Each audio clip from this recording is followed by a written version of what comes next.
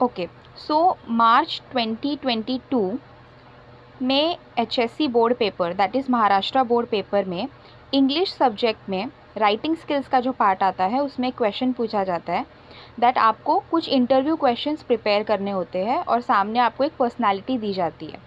तो 2022 के पेपर में आपको बोला गया था that imagine you have met the topper of MPSC examination. Now MPSC का फुल फॉर्म क्या होता है? Maharashtra public service commission, right. और ये एग्जामिनेशन को एक स्टूडेंट ने टॉप किया है और आप उसका इंटरव्यू लेना चाहते हैं ताकि आप उसकी जर्नी ऑफ सक्सेस के बारे में जान सकें। तो उस पर्टिकुलर टॉपर से पूछने के लिए 8 से 10 क्वेश्चंस आपको प्रिपेयर करने हैं। सो मैंने आपके लिए कुछ 10 क्वेश्चंस ऑलरेडी प्रिपेयर किए हैं, विच मीन्स मैंने इस क्वेश्चन का आंसर फॉर्म किया है।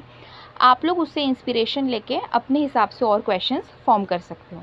ओके, तो सबसे पहले ऐसा आंसर लिखते वक्त आपको हमेशा अपनी ग्रीटिंग देनी है। जो भी सामने हम जिसका इंटरव्यू ले रहे हैं हम उसको ग्रीटिंग देंगे। तो मैंने स्टार्ट कैसे किया? Good morning sir madam, right, because I don't know उनका जेंडर क्या है, तो हम दोनों स्लैश करके लिख देंगे आंसर में। गुड मॉर्निंग सर और madam, congratulations on achieving all India rank 1 in this year's MPSC examination. तो सबसे पहले मैंने आपको कॉन्ग्रेचुलेट करना है, आपको अगर कोई टॉपर है तो, राइट। तो अभी टॉपर था दिया हुआ था तो मैंने बोल दिया कि ओके कॉन्ग्रेचुलेशंस कि आपने ऑल इंडिया रैंक 1 लाया। I am honoured to be sitting in front of you, यानी मेरे लिए ये बहुत भाग की बात है, बहुत भाग्यशाली हूँ मैं कि मैं आपके सामने बैठ पा रही हूँ, correct. Thank you for agreeing to this interview. ये आप किसी भी सेलिब्रिटी का इंटरव्यू ले, आपको हमेशा थैंक यू करना है कि थैंक यू आपने मेरे साथ ये इंटरव्यू करने के लिए अग्री किया। शाल वी बिगिन, यानी क्या हम इस इंटरव्यू को स्टार्ट कर सकते हैं। सो आई होप ये आपको समझे। आपको ये 2-4 लाइन का ग्रीटिंग हमेशा लिखना है। गुड मॉर्निंग सर और madam, congratulations on achieving all India rank 1 in this year's MPSC examination. I am honoured to be sitting in front of you. Thank you for agreeing to this interview. Shall we begin. All right, अब हम क्या करेंगे? Directly question start करेंगे। अच्छा, interview questions लिखेंगे तो हमें उसका आंसर नहीं लिखना है, यानी मुझे टॉपर का रिएक्शन नहीं लिखना है, मैं बस अपने क्वेश्चंस पूछती जाऊंगी। तो क्वेश्चन नंबर 1 में मैंने क्या लिखा है? फर्स्टली कब बोलते हैं हम? जब हम कोई बात को स्टार्ट करते हैं ना।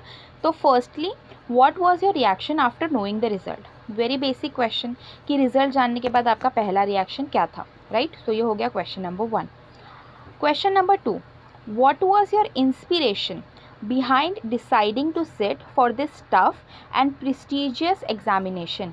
अब मैं सेकंड क्वेश्चन में क्या पूछ रही हूँ कि आपकी इंस्पिरेशन क्या थी, राइट। मतलब आपको प्रेरणा कहाँ से मिली कि आपने ये डिसाइड किया कि इतना tough paper, because all India ये पेपर, सॉरी ऑल इंडिया नहीं, ऑल ओवर महाराष्ट्र ये पेपर हो रहा है, राइट। स्टेट PCS है, तो इतना टफ पेपर है, इतने बच्चे बैठते हैं, तो ये टफ और प्रेस्टिजियस यानी क्या कि इतना उसके साथ उसका जो मतलब जो रिज़ल्ट आ रहा है तो उसके साथ इतना नाम जुड़ा हुआ है, राइट। आपका नाम होता है, आप ग्राउंड लेवल पे जाके काम करते हैं, तो इतना प्रेस्टिजियस और इतना टफ एग्जामिनेशन देने के लिए आपको प्रेरणा कहाँ से मिली?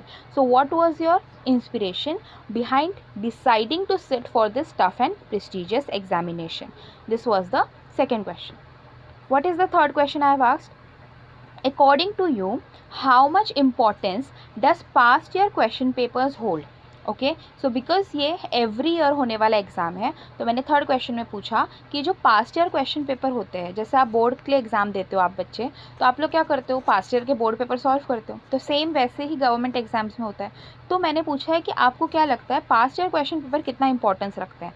तो according to you how much importance does past year question papers hold? Okay, What is the next question? How did you tackle the static part of the portion?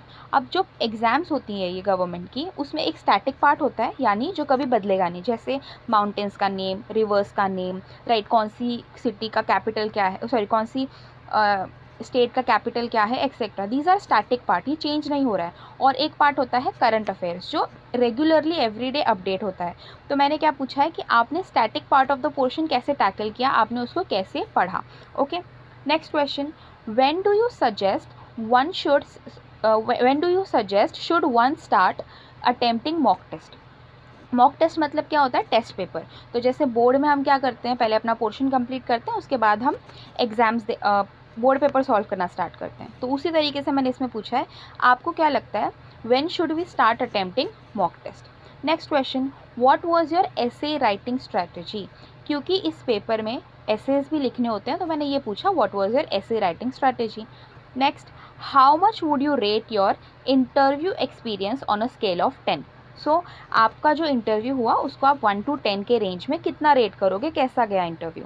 Next, were you active on social media और did you treat it as a distraction. क्या आप social media यानी WhatsApp, Instagram, YouTube, जो भी social media platforms है, Twitter है, उस पर क्या आप एक्टिव थे या आपने उसको डिस्ट्रैक्शन की तरह ट्रीट किया और उसके ऊपर आप बिल्कुल एक्टिव नहीं थे। This is my 8th question. Next question, what will be your suggestions to the students preparing for this examination. आपका क्या सजेशन होगा उन बच्चों के लिए जो इस साल पेपर देने वाले हैं। Next, do you suggest having a plan be in mind since this is a highly competitive exam. Now because seats इतनी कम होती है और इतने ज़्यादा बच्चे देते हैं, हम कितने अटैम्प्ट्स देते जाते हैं लोग, तो आपको क्या लगता है क्या प्लान बी एक माइंड में होना ज़रूरी है। तो ये मेरा 10th क्वेश्चन था। And then I'll conclude by saying thank you. All right, thank you so much. I am glad that you answered all the questions honestly. I am sure this will be helpful to many others who are preparing. Our best wishes to your future endeavors.